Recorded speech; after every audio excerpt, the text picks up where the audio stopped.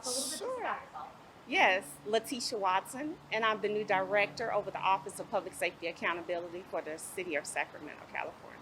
Awesome. And tell me, LaTesha, too, like a little bit about yourself, how long you've served in law enforcement, how you ended up in Sacramento. Sure. I was a military brat, and then once my father got out of the military, we were in the suburbs of Dallas, Texas. And what I would say is since 11th grade, I've had experience in law enforcement, not just in sworn positions, but in non-sworn positions.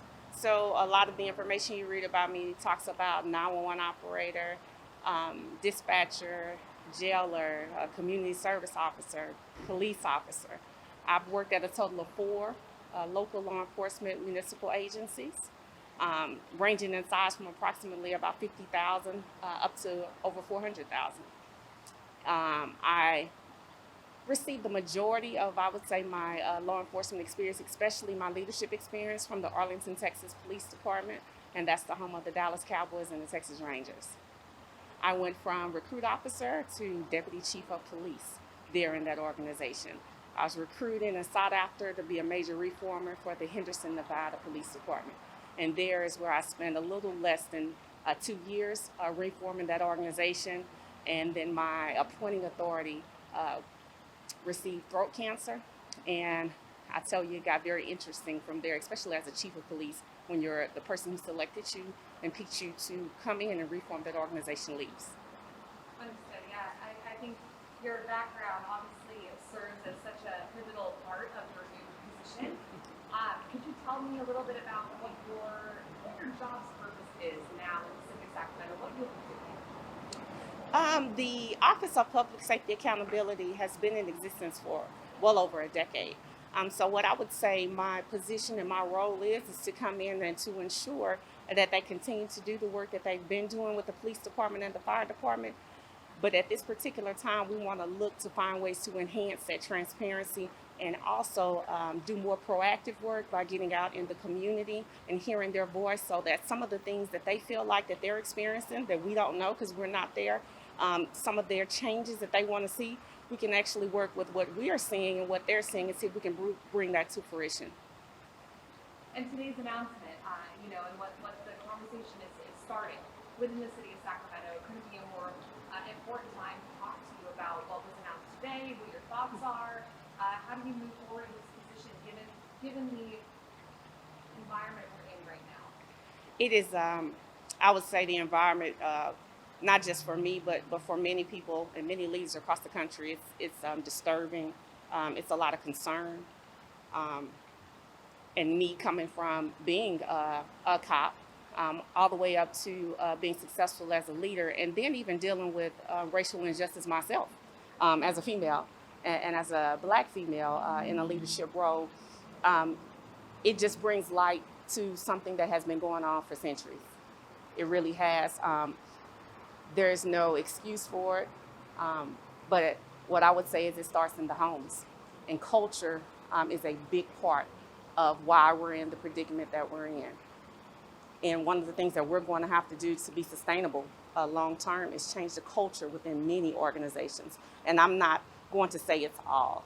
There are millions of men and women who serve every day that we are very, very proud of. But then there's also people in the position who should never have been hired for the position, and they are bringing that negative connotation to our profession, and that's something that we should have been working on long ago. Yeah, and I think I'll let that truck go by. I think you and I talked briefly about Stephon Clark being such the spotlight was on Sacramento, and it was on Sacramento for so many reasons. And now here we are, several years later. We just know that that's the matter. Our charges were never brought onto those officers. They are still employed to the best of our knowledge, and people are not over it, and won't be, maybe ever, probably never. So how do you have those conversations with the department, and how does that, I know you just started, but like in general, what are your goals? What would you like to see done? Well, the first thing that needed to happen was to get all of the information about that particular case. Because when you're in another state and you're not working in that capacity where you have that confidential information, a lot of things about the case you won't know.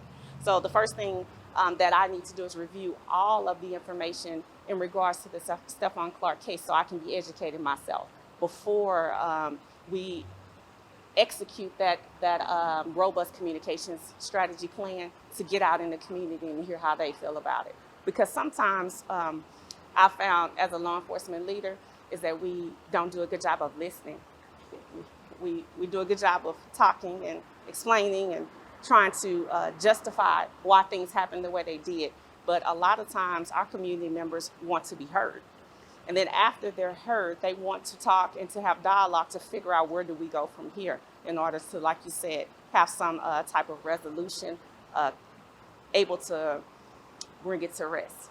And when you don't listen and actually hear, not just let people talk, but actually hear how they feel, we won't have that. So the first thing is educating myself. The second thing is that I found that's going to be very important is that you can't have an engaged community if they're not informed. And so my job is to make sure our community understands what this office is for, why do we have it, and what we're going to do in order to work together in order to improve the fire department and the police department here in Sacramento.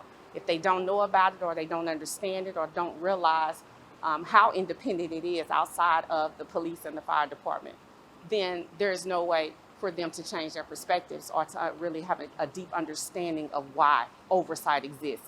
And we're seeing across the country why oversight is needed. Yeah, you couldn't say it better. I think, Sacramento too, from what I've heard from people, and you mentioned this too in your essay, that it's already taking steps. Yes. Excuse me, it's already taking steps to have those conversations and get things going, but we're nowhere near where people want to be. And so, what do you think needs to happen next? Like in your job, obviously you just started, but what's the maybe first thing you want to tackle when it comes to the police department, the fire department here in the city? Well, the one thing I would say in regards to Sacramento is that we have more than 18,000 local law enforcement organizations across this country, and all of them don't need as much work as others. And what I would say is Sacramento, when you look at its history, it's been very progressive, and it's been working very hard toward transparency. And of course, it's not perfect. That case and other things that have happened have brought pause to the community because of things that have happened. But when you look at the totality of the organization as a whole, it's a great organization, both the fire department and the police department. I've worked in organizations similar to Sacramento where they are progressive, they're innovative, they're trying to make sure that they discipline officers when necessary so that they can show that that behavior is not acceptable. And then I've worked at organizations where discipline is a joke. So what I would say is that we're starting on good groundwork, good foundation, but I believe that being proactive and getting out in the community so the Office of Public Safety Accountability is well known and it's aware, and it is I would say a constant and continual process that they can come to provide feedback on any incidents that they're having with our public safety employees is going to be the most important thing. And what I've thought about a lot is that how we normally have town hall meetings and different forms of communication with COVID-19 is going to change that just a little bit, but we're going to try to implement that communication strategy as quickly as we can. Also thinking about the health of the residents of Sacramento and the Office of Public Safety Accountability staff as well. But it's going to be very important for them to get out and be able to interact with me, to hear a little bit about all the things I've dealt with, being a police officer and being a woman and being Black, because we talk a lot about it at sheriffs and police conferences. But across the country, law enforcement has never been kind to Black female leaders. Never has been. So you have to be very strong. And you have to have a lot of courage, because what normally happens is that they want you to have a seat at the table, but they don't want you to have a voice. And I'm not one of those leaders. If I'm at the table, you're going to hear how I feel about it, and you're going to know that we're going to make sure that we have integrity in what we do, and we're going to be accountable. Yes, you may be a good officer. You may be nice. But we judge you off your actions, and then there's consequences to everything we do. And I've found also that even the right decisions have consequences. I've lived it. So we have to make sure that we understand that not just chiefs, but every rank below that chief needs to be held accountable as well for their actions. That's so important. And I'm so sorry for the struggles no you've had to problem. overcome. But here you are. You know? Somebody has to deal with it. Yeah, you're such a strong woman. Yeah, I think something that stood out to me at least is when you were talking about how cultures and subcultures within the departments. You already kind of talked about that. Yes. But how that really needs to change. Yes, it does. What with Sacramento specific, just because that's where we live. Obviously, across the country, this conversation is happening. But in Sacramento, do you think we have made progress since Stephon Clark, or do you think there's more? I'm not sure. And what I would say is after my first, I would say 120 days, I may have a very good answer for you. But I pay attention. I've been a consultant across this country in this profession for several years, since 2008. And the one thing that I think a whole lot about is that right now, because of the death of George Floyd, and my heart goes out to his family members and that city and those community members as well in Minneapolis, Minnesota. But one thing that I've noticed is that we have policies that's coming out and we're saying that the duty to intervene, but when you hire an adult and you train them and you give them the authority to take away someone's civil liberties, as a person who wants to be a public servant, we shouldn't have to have a policy to tell someone to intervene if somebody's doing something wrong. We should have the courage and the strength because we raised our hand and volunteered to be a police officer. And so it's bringing pause to some of the things that is occurring in my profession because, again, it's certain things that we should not have to train. It's certain things that we should not have to tell an adult when someone, I don't care if it's a victim or a suspect, if they're not being treated with dignity and respect, someone paying attention should be saying something and should be intervening on their behalf.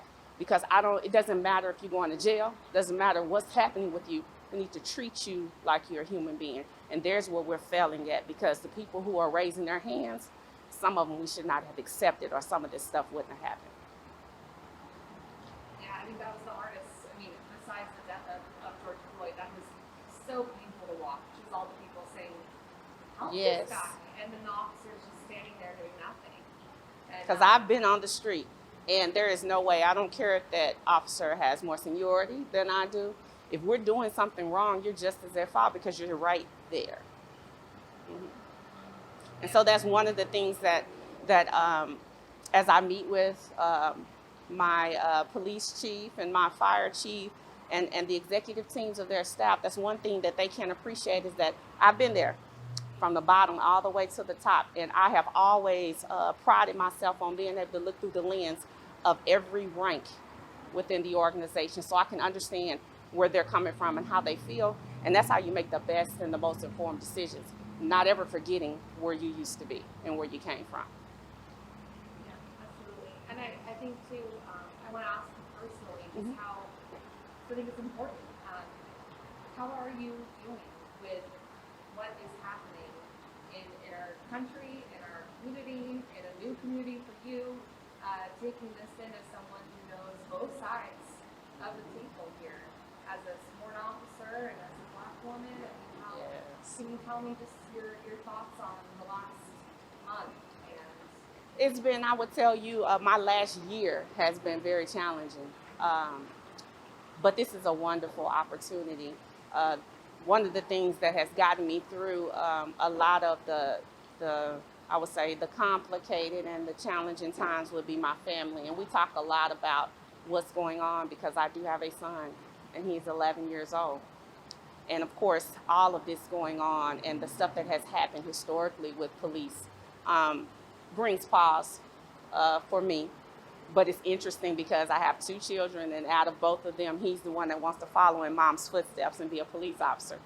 Now, we've talked a lot about that just with colleagues, and it's going to be hard to get people to want to be police officers now, even more than we thought it was before, because we've had issues with recruiting in this profession for some time now. But now it's going to be even worse. So just knowing that the type of situation and the type of culture that I had in the Arlington Police Department provided an example to make him want to do the same thing. Had he grew up and dealt with some of the things that some of our community members, especially our Black community members, have dealt with, that is something he would not have ever wanted to do. But when the culture at an organization is good, they can be respected, the community can love the police, and know that when they call them, the right things are going to happen. All the time, it's not. And one thing we forget about is that police officers are people, and people are not made perfect. So we will mess up. We will make mistakes. When we do, we need to own them. We don't hide them. We don't try to cover anything up. We own what we did wrong, and then we provide the community some information on what we're going to do to get better and try to mitigate that from ever happening again. That's what we should be doing. Not making excuses or providing justifications as to why it's okay. Absolutely. Yeah, and I'm curious, like, I know you probably don't know what your day in, day out is like. You've already met with the chief of both departments. Yes. But, you know, town halls you were talking about is Yes. what happen. I'm sure, I feel a sense of energy from you. Uh-huh. This, like, this kind of like new job, new school type mentality. Yes, you know, and yes. It's beautiful. I mean, your job is so needed, and you are so needed in this community. So Thank you. Yeah, I just think talking to you is just wonderful. Thank you so much. I've been looking up all of the information for the activists here in the city and anyone who feels like we need to improve. Because their input is going to be very valuable to me in how I move forward with the office as well. So I'll be meeting with all of the community leaders and the activists and just anyone who has positive or negative feedback to share, because that's how I'll utilize all that information for the future plan going forward. In addition to hiring a new office of Inspector General too. So a lot of more things to come, and then getting dates on the calendar for the community to come out and share with me what they've experienced, because again, I'm new to this area, and the more they can share with me, it's going to help me do better in my job. You want to absorb Yes. everything. Yes. Yeah, I totally get it. Yeah, wonderful. Is there anything I didn't ask? Anything you want me to know, to talk about? I just want to make sure I open up the floor. No. Yeah. Okay, we're good. Yeah, so I just want to make sure I'm hitting everything. I think you did, because you hit on some of my background. You hit on what's going on currently, and then even our newest press conference with the new position that's coming to my office too, that's going to be more beneficial as well, because the more transparency that we can be and the better we are at diligently monitoring complaints, because we don't only want to address officer-involved shootings and any controversial incidents.